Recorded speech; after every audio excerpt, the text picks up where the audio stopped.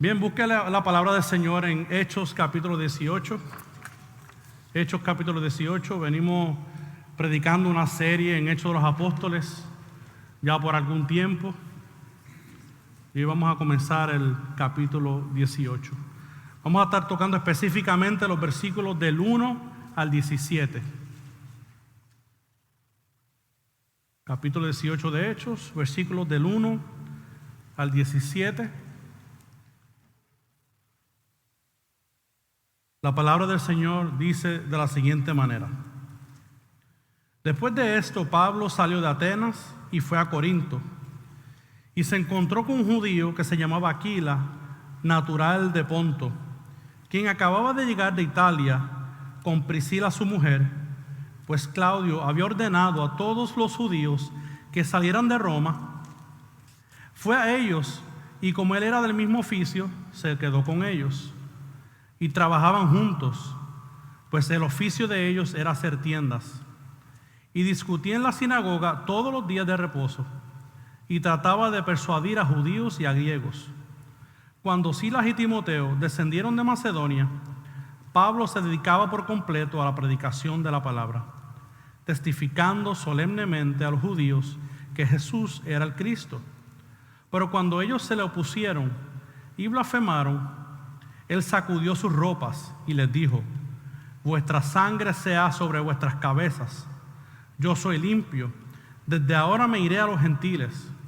Y partiendo de allí, se fue a la casa de un hombre llamado Ticio, justo, que adoraba a Dios, cuya casa estaba junto a la sinagoga. Y Crispo, el oficial de la sinagoga, creyó en el Señor con toda su casa. Y muchos de los corintios, al oír, creían y eran bautizados. Y por medio de una visión, durante la noche, el Señor le dijo a Pablo: no temas, sigue hablando y no calles, porque yo estoy contigo, y nadie te atacará para hacerte daño, porque yo tengo mucho pueblo en esta ciudad. Y se quedó allí 1 año y 6 meses, enseñando la palabra de Dios entre ellos. Pero siendo Galión procónsul de Acaya, los judíos se levantaron a una contra Pablo y lo trajeron ante el tribunal, diciendo: este persuade a los hombres a que adoren a Dios en forma contraria a la ley. Y cuando Pablo iba a hablar, Galión dijo a los judíos: si fuera cuestión de una injusticia o de un crimen depravado, oh judíos, yo os toleraría, como sería razonable. Pero si son cuestiones de palabras y nombres y de esta propia ley, allá vosotros. No estoy dispuesto a ser juez de estas cosas. Y los echó del tribunal. Entonces todos ellos le echaron manos a Sóstenes, el oficial de la sinagoga, y lo golpeaban frente al tribunal. Pero Galión no hacía caso de nada de esto. Puede sentarse.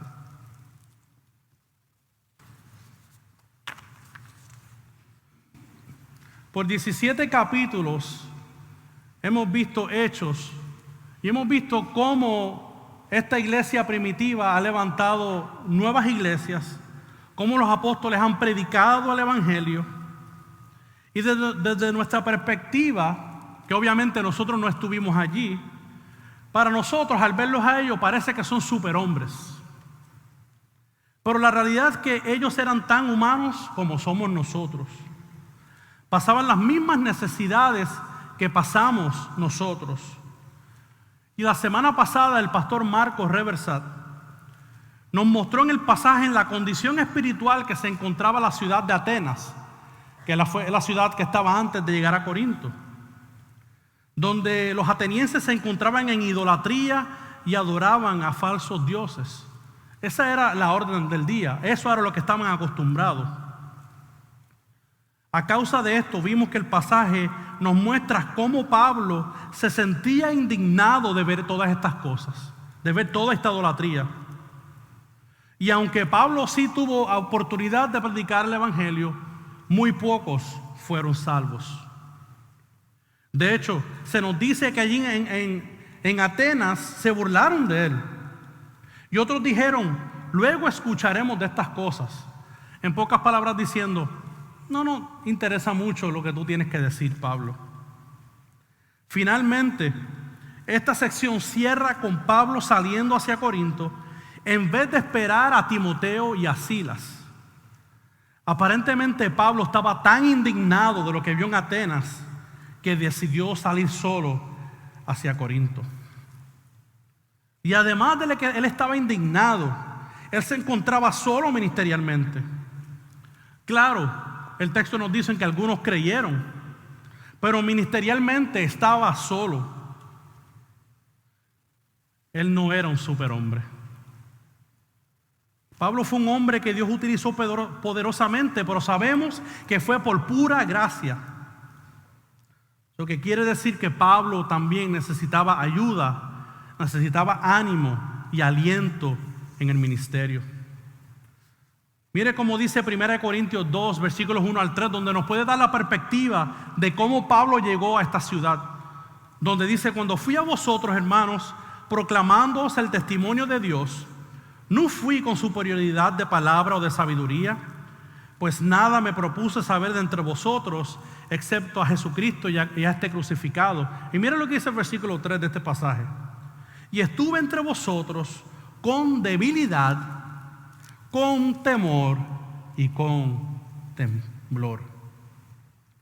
Hermanos, estamos viendo que Pablo estaba en necesidad de que lo alentaran, de que lo animaran. Y cual me lleva al tema de esta mañana. El tema es aliento en el ministerio. Aliento en el ministerio. Y para entrar de lleno a nuestro pasaje, quiero que comencemos exponiendo los primeros 8 versículos del capítulo 18, donde vemos el compañerismo de Pablo y donde vemos también oposición que se le hace allí en Corinto. Pablo llega a esta ciudad cosmopolita, una mega ciudad con sobre 700,000 habitantes. O sea, para que tengan una idea, 2 veces el tamaño de la ciudad de San Juan. Esta era una ciudad que tenía uno de los puertos más importantes del imperio, ya que dividía el este del oeste, porque hay mucha mercancía que entraba y salía de ese puerto. Y Pablo, como buen estratega, que él quería que muchos escucharan del evangelio, llegó hasta esta ciudad, porque sabía que muchos lo escucharían. Pero estaba solo, con temor, y lo más seguro con necesidad de trabajo también, como lo vemos en el versículo 3. Y estando allí se encuentra con este judío llamado Aquila. Y surge que Aquila, quien también estaba acompañado de su esposa Priscila, habían llegado de Italia recientemente.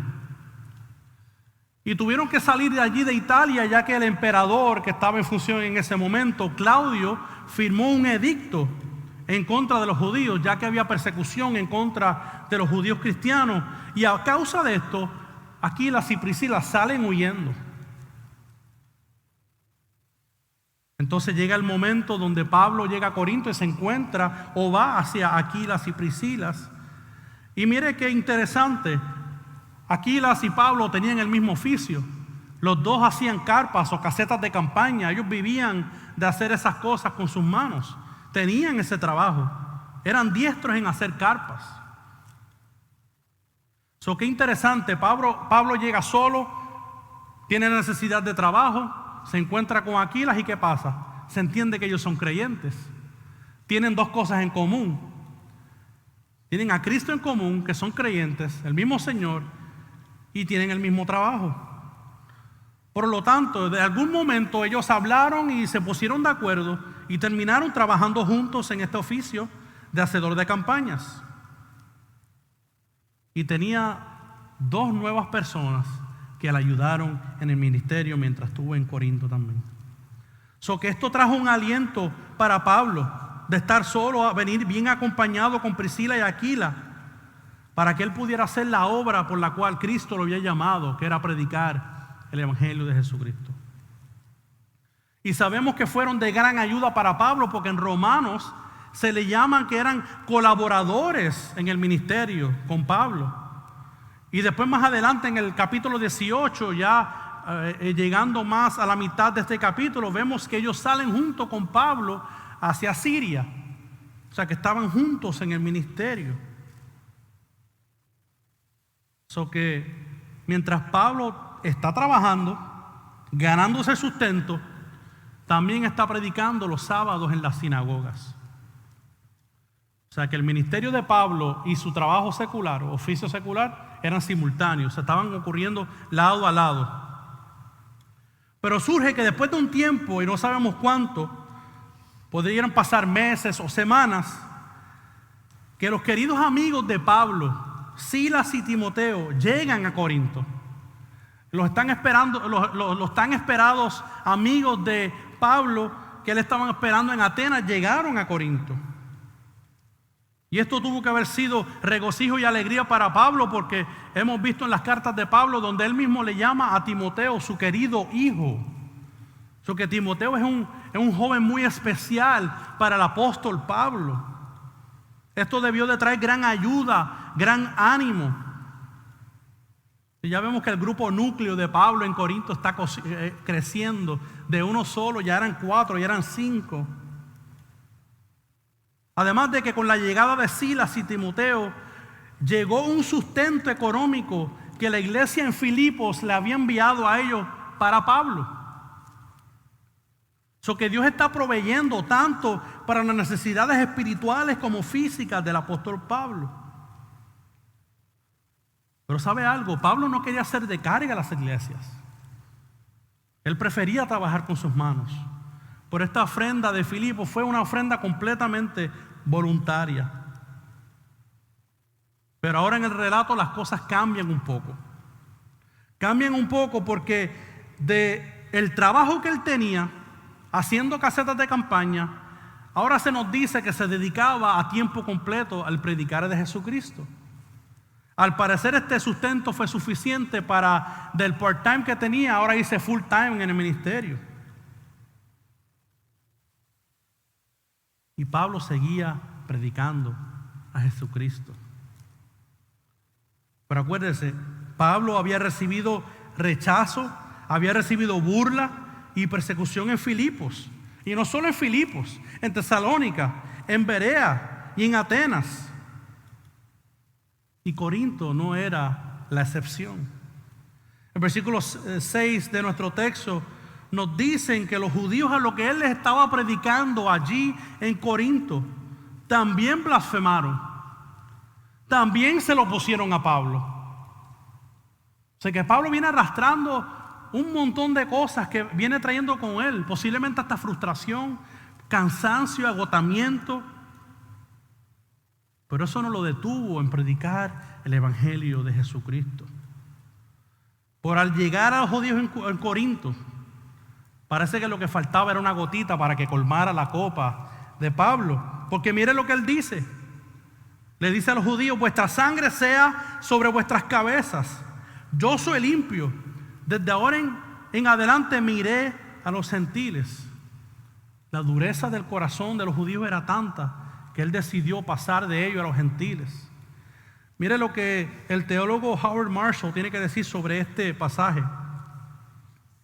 sobre la acción de Pablo hacia los judíos. Dice: este tipo de acción era realizada por judíos contra gentiles, y su significado actual fue indicar que a la vista de los misioneros, o a la vista de ellos, aquellos que rechazaron el evangelio no eran mejores que los gentiles, que eran separados del verdadero pueblo de Dios.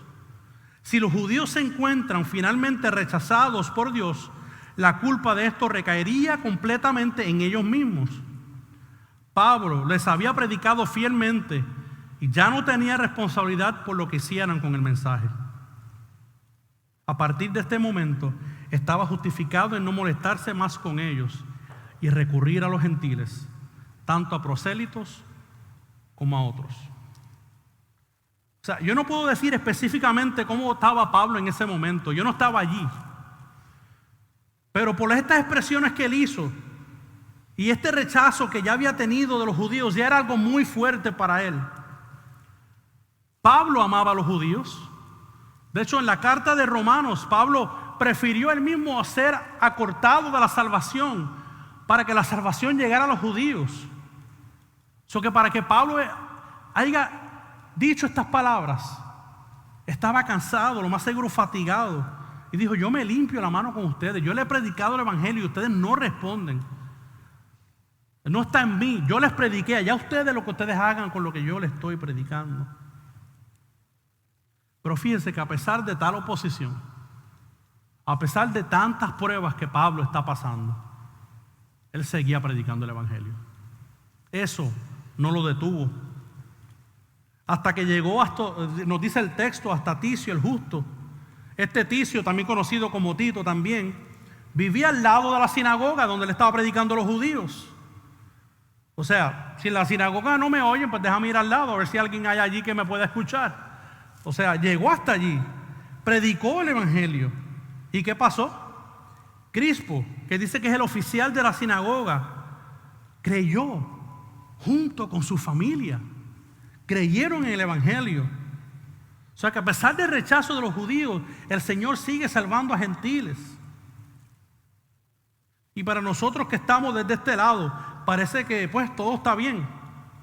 Claro, Pablo está recibiendo un poco de rechazo aquí y allá, pero mira, hay frutos de arrepentimiento. O sea, lo bueno que está ocurriendo debe disipar lo malo, ¿cierto? O sea, no está tan mal.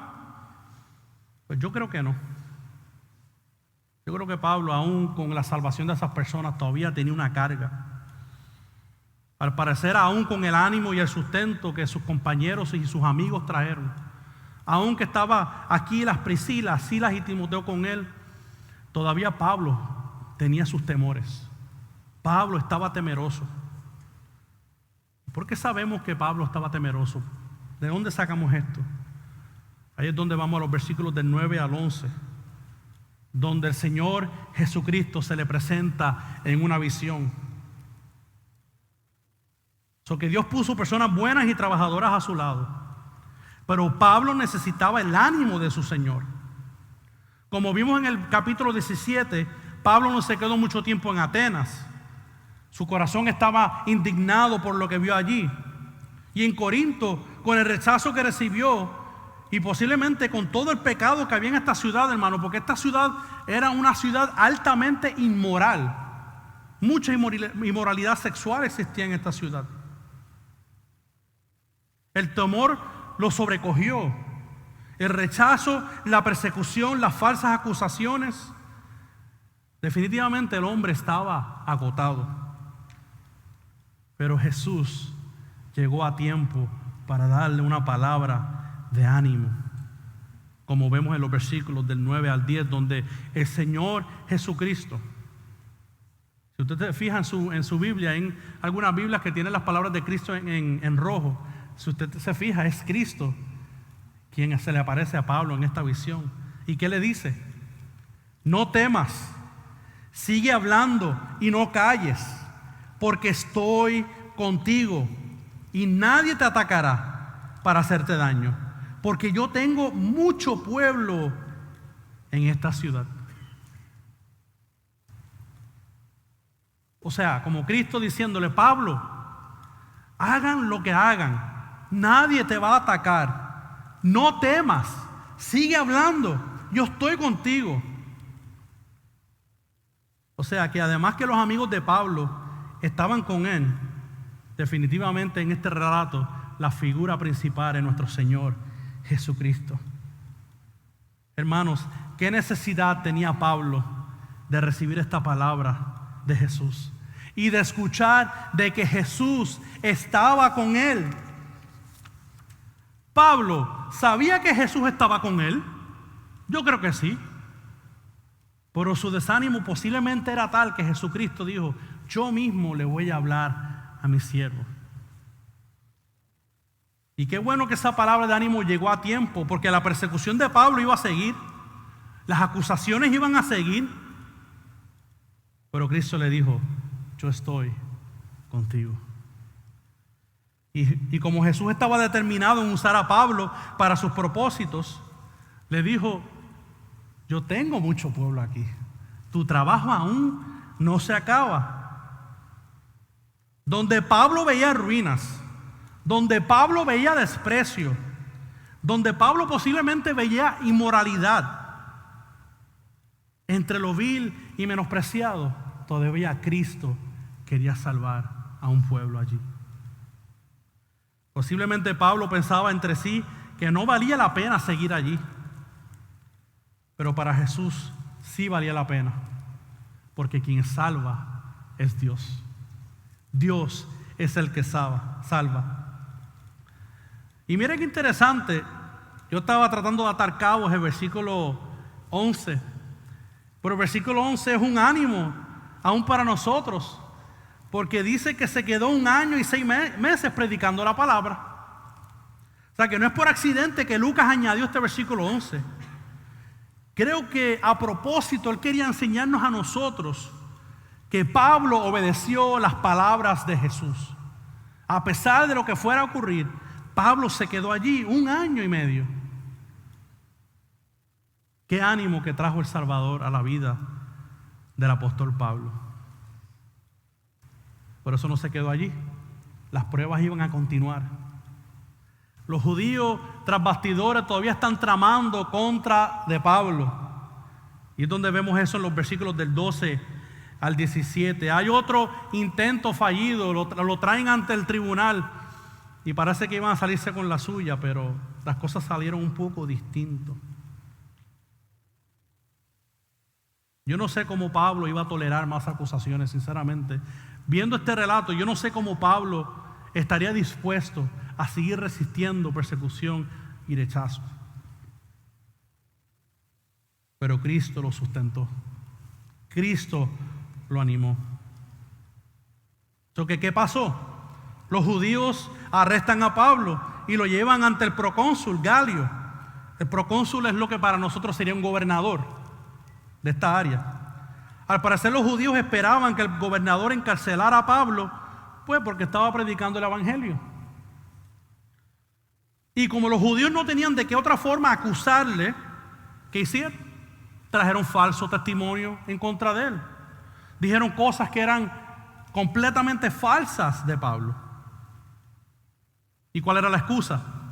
La excusa era que Pablo persuade a hombres a que adoren a Dios en forma contraria a la ley. Pero por el contrario, Pablo no estaba haciendo eso. Pablo no está enseñándoles cosas contrarias a la ley. Entonces están al frente del tribunal, traen a Pablo, traen la acusación a Pablo, y cuando Pablo va a defenderse, cuando Pablo va a abrir su boca para defenderse ante el procónsul lo interrumpe y no le permite que hable. Pero no tome esto a mal. No es como que Galio estaba necesariamente en contra de Pablo, que no lo dejó hablar.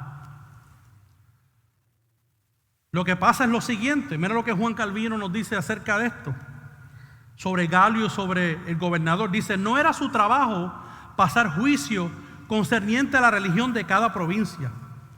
Los romanos no podían forzar a las naciones que estaban sujetas a ellos en observar sus ritos, pero les fue impedido en trabajar con estos asuntos, al menos que pareciera ser que ellos mismos estaban avalando lo mismo que toleraban. Ellos toleraban la religión de los judíos, los romanos allí, pero no porque ellos estaban de acuerdo con lo que estaban haciendo. Y mucho menos Galio iba a decir: no, Pablo, tú tienes que obedecer lo que te dicen los judíos. Él no podía hacer eso. Él no estaba dispuesto a escuchar lo que estaba pasando allí.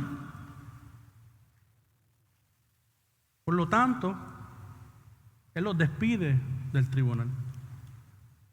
Básicamente no le importa lo que está ocurriendo allí. Como que los judíos se quedaron con las ganas de enjuiciar a Pablo, porque Pablo sale sano y salvo de allí. Que mirando atrás nuestro relato, las palabras que Jesucristo le dijo a Pablo se cumplieron, se estaban cumpliendo, y aún se cumplió más allí cuando lo llevaron ante Galio, ante el procónsul, que le dijo: nadie te atacará, nadie te hará daño.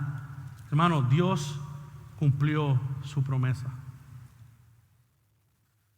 Pero hubo alguien que no salió muy bien del tribunal.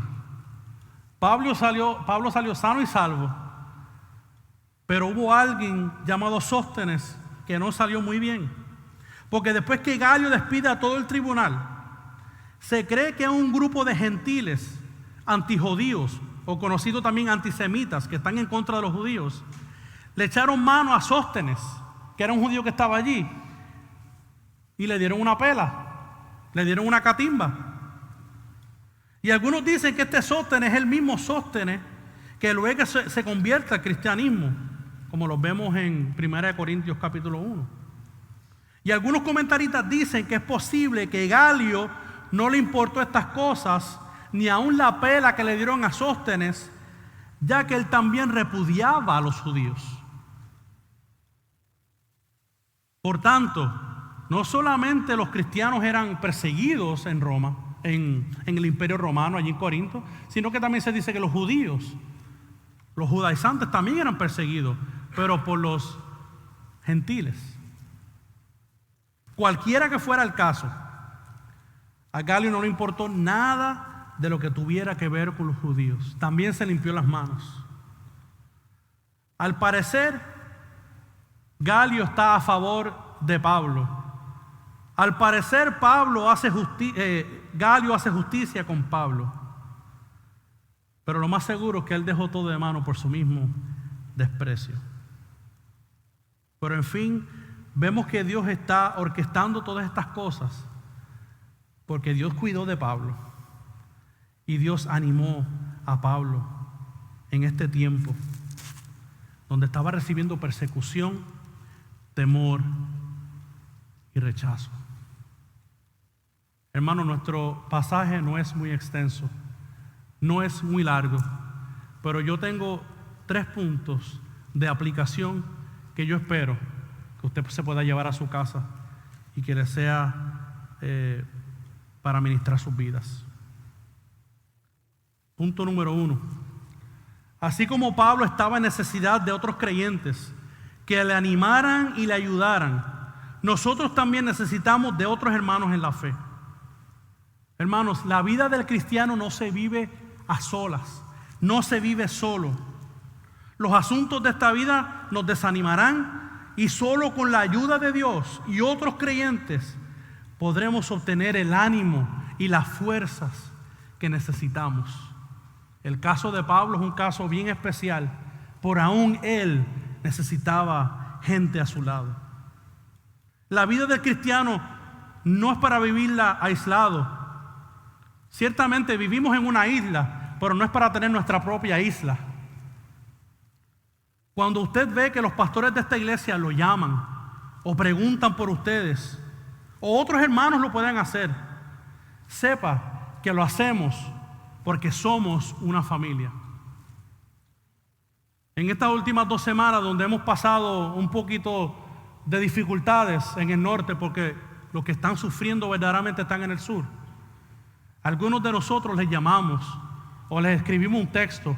¿Cómo están? ¿Estás en necesidad? ¿Te pasó algo? ¿Por qué? Porque somos una familia y porque nos necesitamos los unos a los otros. Número 2. Hermanos, Pablo trabajó para ganar su sustento, pero no fue negligente en su ministerio. Escúcheme, él trabajó y cumplió su ministerio a la misma vez. Mis hermanos, y Pablo a los tesalonicenses, en la carta de tesalonicenses, él le dice a ellos: el que no trabaja, que no coma. Pero el trabajo no le da más importancia que a Dios, porque Dios es el mismo que provee el trabajo. Que trabaje duro, cuida a su familia, pero tenga en cuenta que si su trabajo le limita en cumplir la obra del ministerio, algo anda mal. Algo anda mal. Esto no se trata de solo venir a la iglesia, pero ser parte de los distintos eventos o ministerios que hace la iglesia para que Cristo sea conocido. Acuérdense que Pablo a los Efesios le dice que él capacita a la iglesia para la obra del ministerio.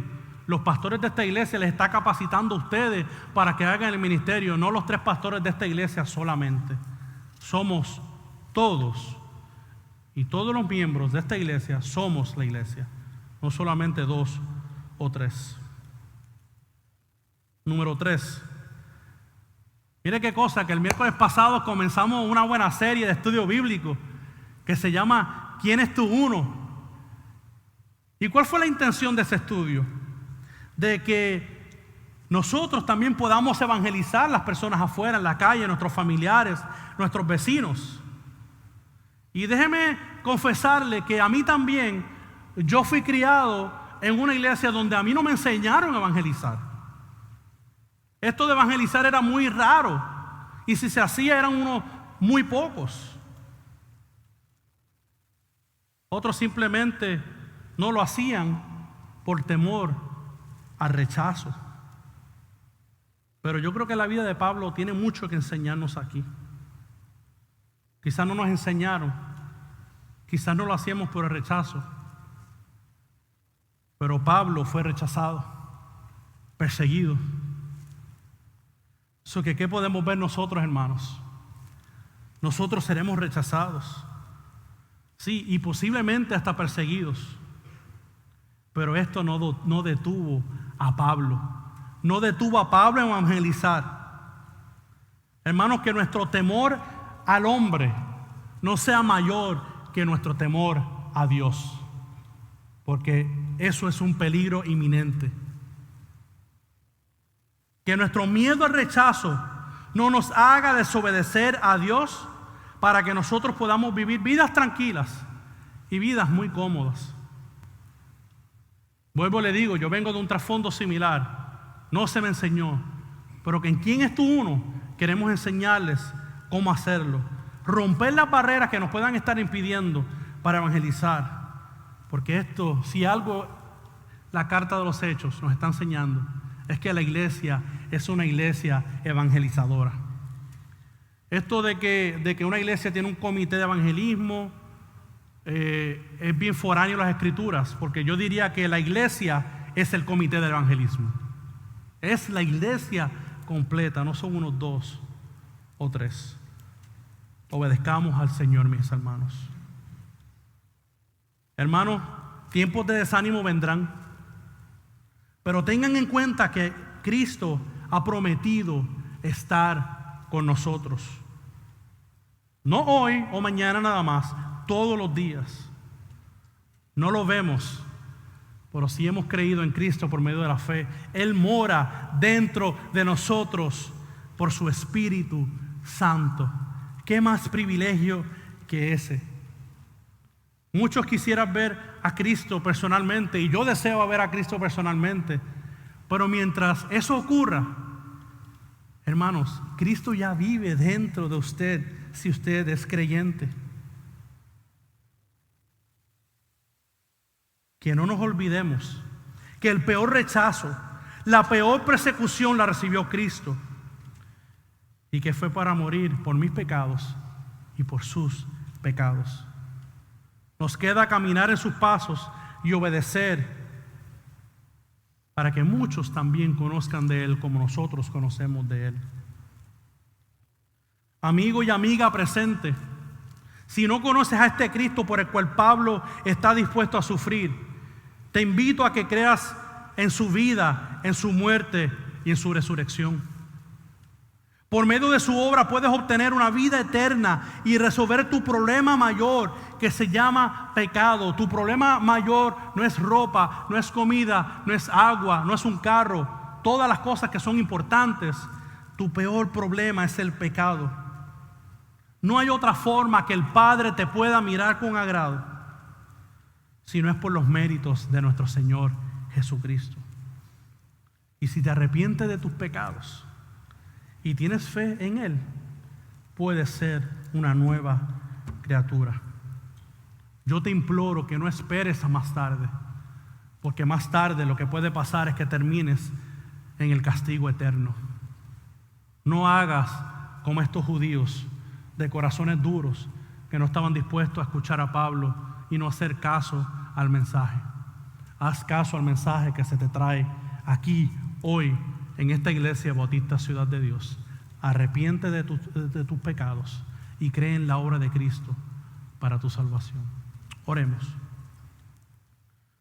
Padre, yo simplemente te pido que con el tiempo que hemos estado aquí juntos, Señor, a ti te plazca en tu soberanía usar esta palabra para que cabe hondo en los corazones de aquellos que no te conocen, para que sepan que esta vida es una vida dura, que esta vida cristiana es una vida cuesta arriba, pero tú has prometido estar con nosotros.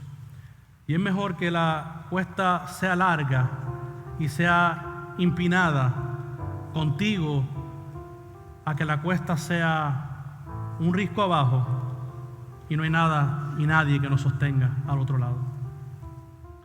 Padre, y para aquellos de nosotros que estamos aquí, para tus hijos y tus hijas que han confesado fe en ti, que creen en ti, danos la fortaleza de que las cosas en Puerto Rico unos días está bien, otros días está mal, unos días parece que todo el mundo está orando y otros días parece que todo el mundo está maldiciendo. Permítenos vivir vidas piadosas delante de ti, aun cuando estemos en contra de la corriente. Permítenos vivir a la luz de tu escritura, que si hemos de sufrir persecución, Señor, que tú nos ayudes, que tu Espíritu nos encamine siempre a estar en tu verdad. Gracias, Señor, yo te doy por todas estas cosas. Amén.